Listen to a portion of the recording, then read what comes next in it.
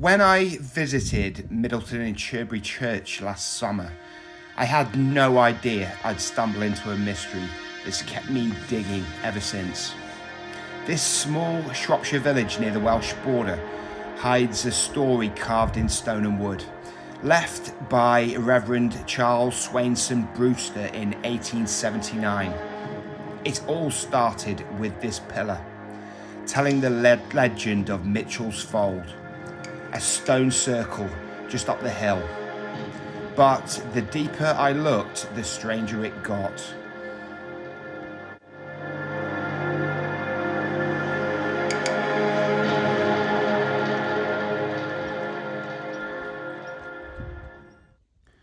Mitchell's Fold is a Bronze Age stone circle dating back to around 2000 BCE.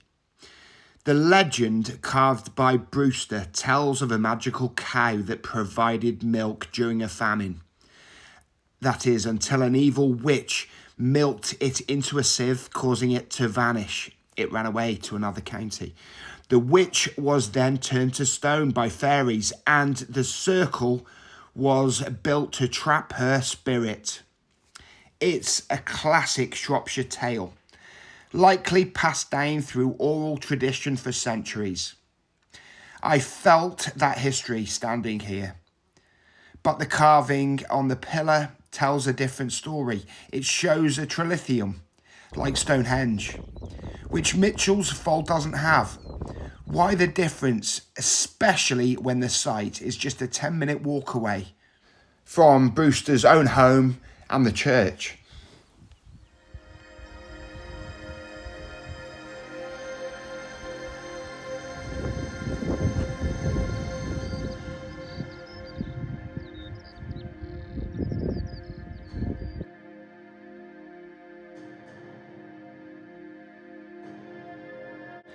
Back in the church, the pillar held another surprise.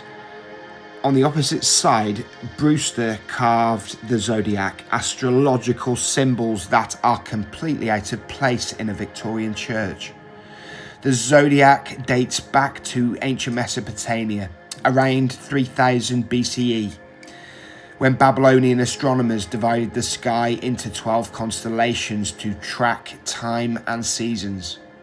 It spread to Greece and Rome, becoming the 12 signs we know today, and even appeared in medieval Christian art as a symbol of the heavens. But by 1879, the Church of England saw astrology as pagan, making this a bold choice. Stone circles like Mitchell's Fold often align with the stars. Did Brewster hear local tales tying the site to the heavens? And why depict the circle with a trilithium when he could have walked up the hill and seen the real thing? These are questions that I've been asking myself for the past 12 months.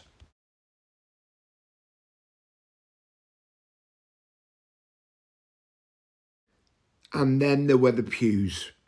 Brewster carved them too, and they're just as strange. Some faces look like locals, maybe villagers from 1879, like the Joneses or Morgan families, who sat here every Sunday. They're all grim, reflecting the hard times of rural Shropshire back then? Possibly. But other carvings are mythical. Magical entities, maybe the witch from the legend, or celestial beings tied to the Zodiac. In a Christian church, these figures would have felt otherworldly. I couldn't help but wonder who sat in these pews looking at these carvings. Did they see them as a celebration of their folklore, or something more unsettling?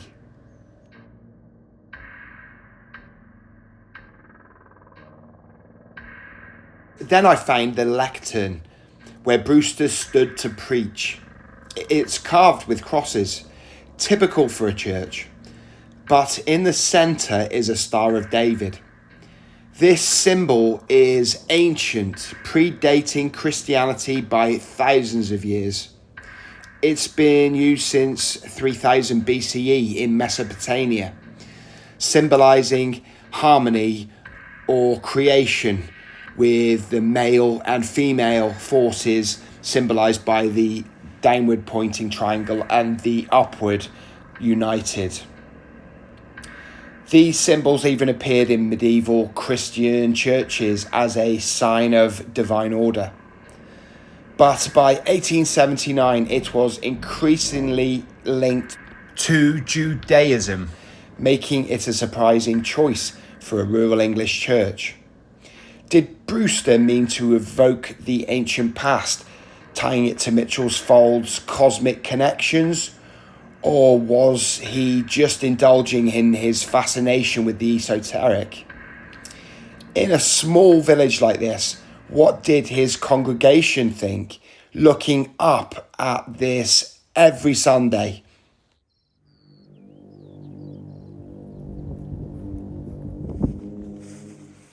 To understand Brewster, we need to step into his world. Middleton-in-Chirbury in 1879. This was a small farming village where life was tough, but oral traditions were strong. As vicar, Brewster would have heard stories from his parishioners, tales of Mitchell's Fold, maybe even cosmic connections to the stars. But who was Brewster? Beyond his role here, he was likely in his 40s, educated with a deep interest in folklore. But we know little else. No letters or diaries have surfaced to explain his strange carvings. And was he part of Victorian occult societies like the Golden Dawn, which formed in 1888 and used symbols like the Zodiac? Many clergy joined such groups, drawn to their mysticism, but there's no record of Brewster among them. Still, his work suggests he was caught up in the era's occult revival, leaving us to wonder just how far his interests went. The Victorian era loved to romanticise the past. The Trilithion, the Zodiac, the Star of David, they could be Brewster's embellishments, as some might argue.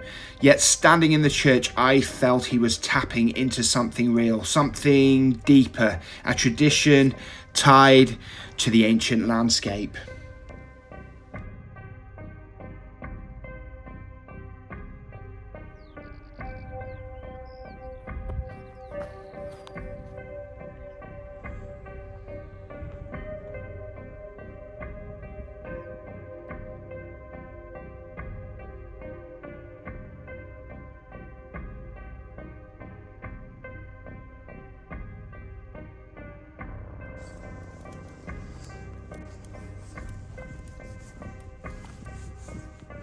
Standing at Mitchell's Fold, just a 10-minute walk away from the church, I felt the weight of its ancient history and the mystery of Brewster's carvings.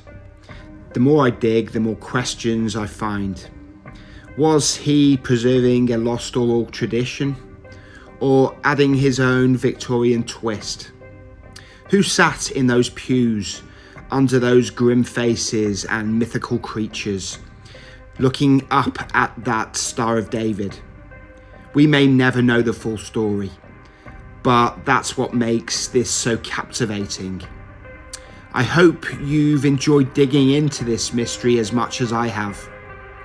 If you want to explore more, check out my original video. I'll leave a link to it in the description box, and let me know what you think in the comments. But anyway, that's everything for Third Rate Content and our mini documentary.